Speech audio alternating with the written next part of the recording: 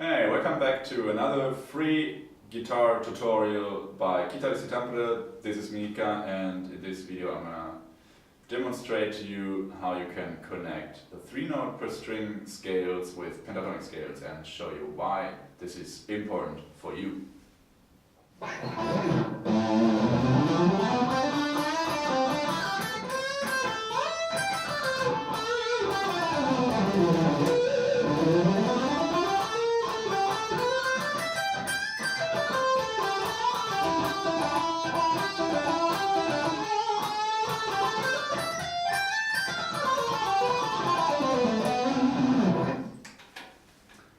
What I tried to do here was to show you how you can connect the 3-note per string modes with little blues licks, and just to show you that it's actually a cool thing to do. And what I want to do with you in this video is to show you how you can connect the 3-note per string modes with blues pentatonic modes pretty easily.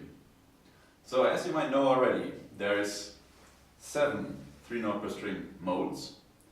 Different modes for one key, so you have 7 different starting points where you can play, for example, the A minor scale from, and never deviate from the A minor scale actually. And if you compare that to the pentatonic, to the A minor pentatonic, you will find that you have 5 different starting points instead of 7. So there's a little bit of if you want to use both scales simultaneously, there's a little bit of a conflict of interest, if you want to say so, because not every starting point from your 3-note per string modes are starting points for the A minor pentatonic. So it doesn't really go as parallel, and you need to do a little bit of work to be able to connect them, but I can show you a way to practice this that will get you there in a much shorter amount of time. So that I don't want to make too bold statements, because that in the end it depends on how well you perceive this and how much work you put in. But this is like a really nice approach to handle this. So let's say you have the A minor 3-note per string mode, so that's the Aeolian mode, Aeolian. What you need to do now is you check on which note you're ending, and I would also suggest using a fretboard diagram and drawing this out so that you can see that visually without all the distractions, so that you have a really nice, for example, you write out in green on one fretboard the Aeolian mode, and in red you draw the pentatonic in the same diagram. So you end on this D note here for the Aeolian mode, and D is in the pentatonic. But so this shape you can go fluently into the pentatonic scale.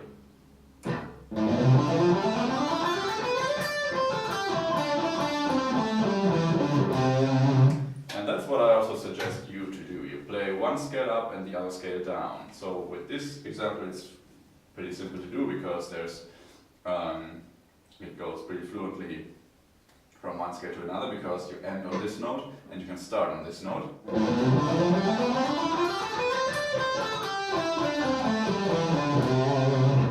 But what if you're not ending on a note that is in the pentatonic scale, for example on a B or on an F, which would happen if you play the C Aeolian mode. You would start here on a C and end on the F here.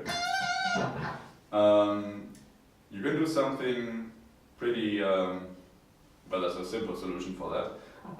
You just shift up to the next position, or down to the position before, which is also something that you could do when you land, or when you start with the Aeolian mode and you land on a chord tone. Then you quickly demonstrate that, and then I will get back to the C major, C Aeolian mode. So now I'm here, and I could go back here. Or, and I could go up here from the D to the E. back to the example for when you don't hit a pentatonic note.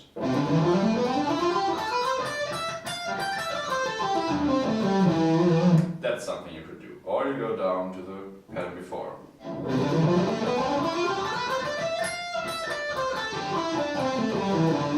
It depends on what you think is smoother and what you can use in any context. You should be able to do both, of course, and be able to enable yourself to do as much as possible.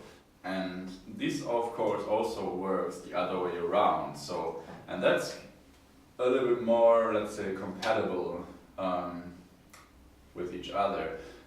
If you start with a pentatonic scale and then you go down, with any mode that you land on, because of course when you have 5 starting points for the pentatonic, you will land on a starting point from the 3-note per string scale. Otherwise, your odds are 5 to 7 that 5 over 7 that you will not, 2 over 7 that you will not land on a starting point. So that would be the B or the F. And then you need to connect them in a different way. Anyway, so let's go and look at the pentatonic up and down with the 3-note per string scale. So now I'm in the general pattern of the G mixolydian mode, and I can go down that way.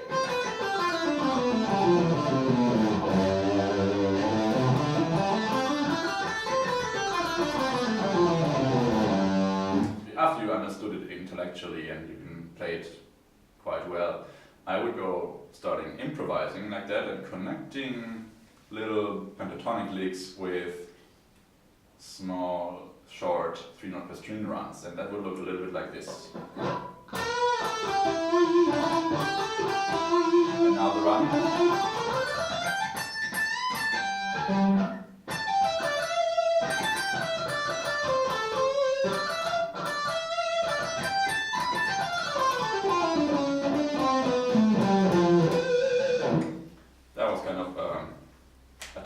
To demonstrate how you can connect these two things, and I just made up on the spot, so didn't plan out in advance what I was playing. Anyway, if you practice that, you can use it in real context situations pretty quickly, and you will make nice progress. And it's really cool to connect the pentatonic licks with small runs, as you saw before. I hope you like that as much as I do.